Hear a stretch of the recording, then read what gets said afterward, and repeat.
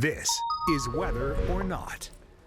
All right, happy Wednesday and welcome to the Wednesday edition of Weather or Not. Yeah, certainly a chill in the air. It feels fantastic outside, and we finally have some fall-like weather coming our way. It's about time. It's about time. We also have another little round of rain heading our way.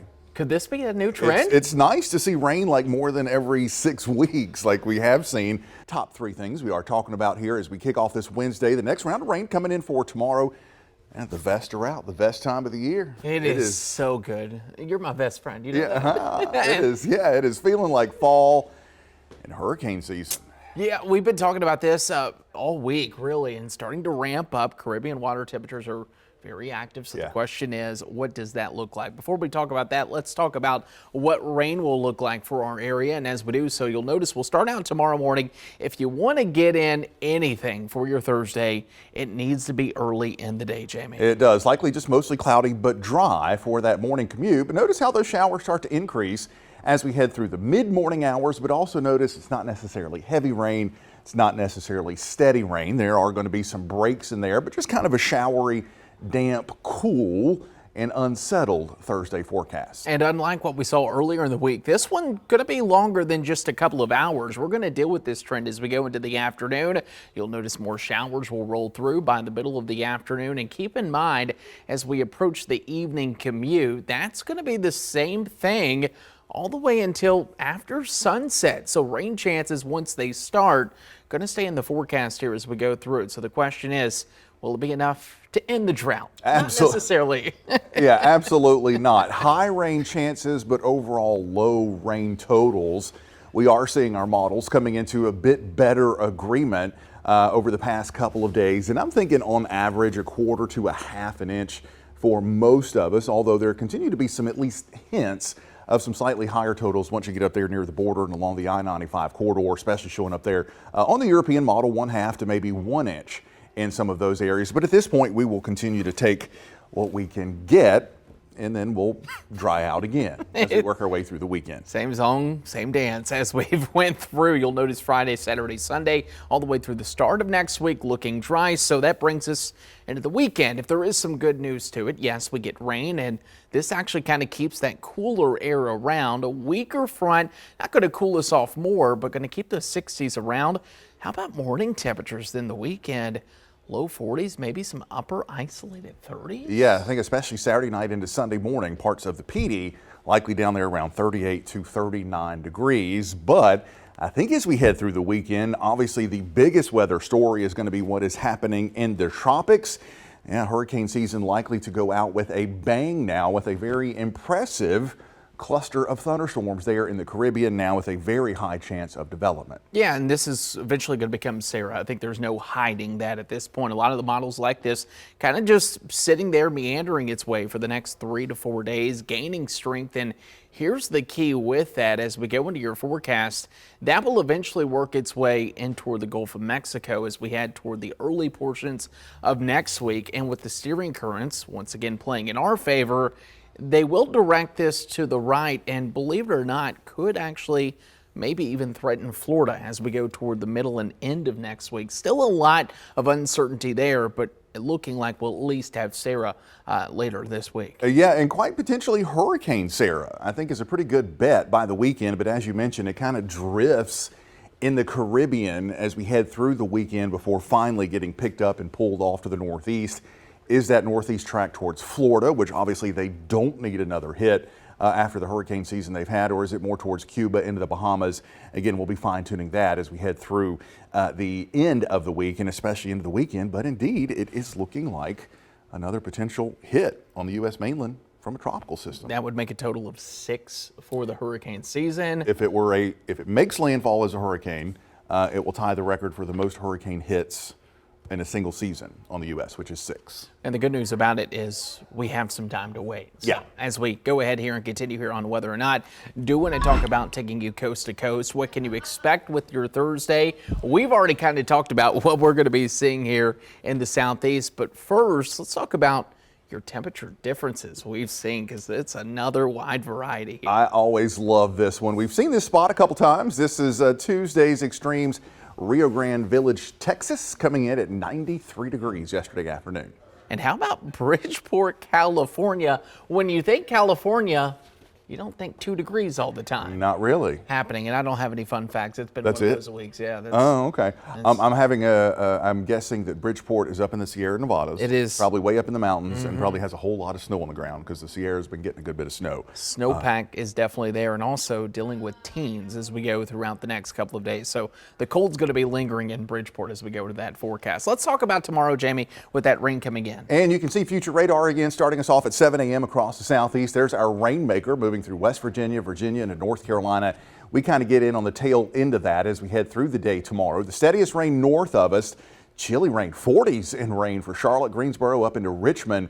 We'll be into the 60s with those off and on showers, and you can see that reflected here with that temperature forecast for tomorrow. You sound just like the Weather Channel when you do this segment. You know that? Let's take you up to the northeast, shall we? As we do so, the same system that's going to be bringing a cold front going to be associated with another incoming pressure system that will bring rain across Pittsburgh into portions of State College, even into Buffalo. And it's a pretty slow moving band. So a steady rain that's also going to bring in some cooler temperatures. 41 there in State College, 48 in Buffalo. You'll notice the 40s extending well up into Maine, even 30s as you go up into Caribou. Yeah, 40s and rain across most of Pennsylvania and western New York for Thursday. That is a raw late fall day. The northern tail of that system going to be working its way through the Great Lakes, Green Bay, Sault Ste. Marie, Saginaw, Grand Rapids, down to Detroit and Ohio, dealing with some of those showers as we head through the day tomorrow. But most of the middle part of the country that was so very active last week now looking pretty quiet heading into Thursday. Yeah, look at temperatures. We're sitting there in the 50s area wide. Once again, plenty of sunshine as we go into Thursday, especially in Nebraska. We'll take you down to the southwest, and yeah, this is the boring weather of the week. High pressure system basically behind that active weather that's moving across the East Coast. Yeah, sunny and clear, severe clear, as you like to say, across much of the Southwest. Severe clear, and again, this time last week, we were talking about 3 feet of snow there in northern New Mexico from Santa Fe up to Taos into parts of Colorado. It is nice and quiet there and also much milder, generally 60s and 70s through Texas. And then obviously a little bit cooler there once you get up into the Rockies. All right, and let's go to that next system. Remember, these systems typically come from the Pacific and work onshore. And that's the next one, bringing some of the snow there as you head into portions of Oregon, even Seattle. Also going to be some cold rain for others. You'll notice there in Eugene that rain continues. Look at the temperature profile, and this is where you will find those single-digit temperatures up in the higher elevations, like in California, up into portions of Nevada and into Oregon. Notice, though, down in the valleys, that's where you'll find some 50s mixed in there occasionally. Yeah, and one of the other big issues they've been dealing with here across California recently has been the wildfires, but it's not just California. A huge chunk of the country registering at least some level of drought conditions, and that has led to quite a few wildfires across the country over the past 7 to 10 days. Meteorologist Jenna Greenhill breaks down those current wildfires burning. Wildfires are burning right now from coast to coast, torching nearly 300,000 acres across 6 states. That's roughly the same size as all 5 boroughs of New York City. Most of those fires are on the East Coast, with only one in California, all driven by strong winds and lack of rain. Now let's take a closer look at the big ones. Multiple brush fires have burned hundreds of acres in Massachusetts, including the Linwoods Reservation, a park near Boston. In New Jersey, the Cannonball Fire is nearly 200 acres, while the deadly Jennings Creek Fire has exploded, burning 3,500 acres along the state's border with New York. That's about double the size of the town of Surfside Beach, and the worst wildfire in nearly 2 decades, according to those who are fighting it. In Pennsylvania, the fire outside of Philadelphia is much smaller, torching 120 acres, while another, right in the middle of the state, is just under half an acre. Around 200 acres have burned in Highland, West Virginia, 300 acres in Old Ruffy, North Carolina, and 3 fires in Kentucky have scorched around 1,600 acres. Finally, on the West Coast, the Mountain Fire has burned over 2,100 acres and hundreds of homes. In Southern California, it's just now 48% contained, but first responders are gaining ground. Meanwhile, every state but one is currently experiencing some level of drought, and the causes of most of these fires remain under investigation. For Whether or Not, I'm meteorologist Jenna Greenhill.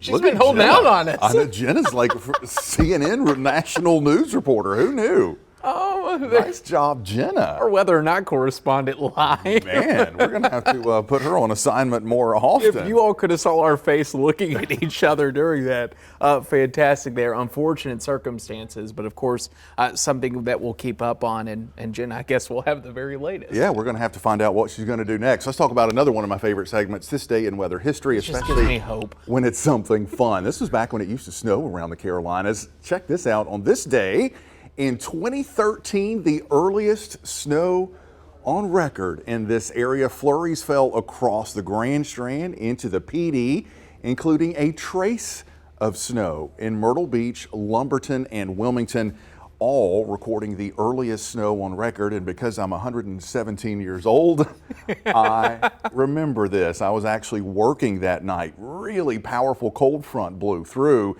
and there was just enough moisture on the back side of that front that it was squeezing out some sprinkles that transitioned over to flurries. And as we typically have around here, you kind of got to look hard, but there's a couple of those flakes. Those are right out here on the back side of the WBF News studios. Let's take you into the PD, where again, there were also some flakes flying in and around the Florence area. And again, this was on November 13th. Wow.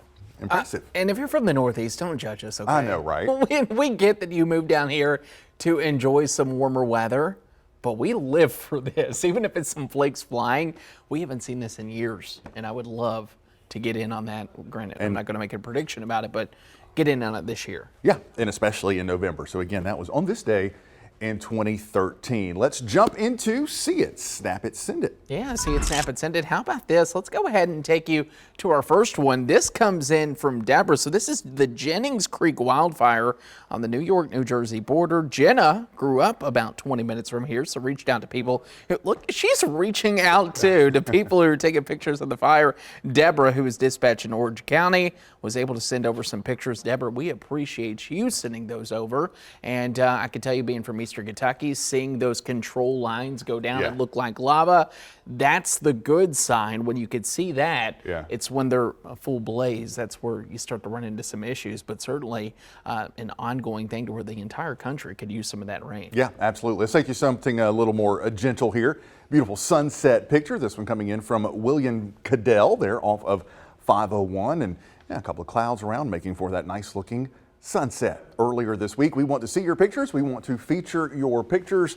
Let's put up that QR code. All you have to do is scan it, and it gets it right to us. Yeah, See It, Snap It, Send It. It'll take you to the First Alert Weather app at the very bottom. Go ahead and take us there, and we'd love to show your photos to us. Also, feels like we're back onto this. It felt like we've taken a break. I don't know why, but it feels good to be back. And of course, we love showcasing what you all send us. So that's going to do it for our Wednesday show here. We got a busy week ahead. We do have a busy week, plenty of weather finally to talk about. And so we'll be breaking that down more coming up on the Thursday episode of Whether or Not. Thanks for popping in here on this Wednesday.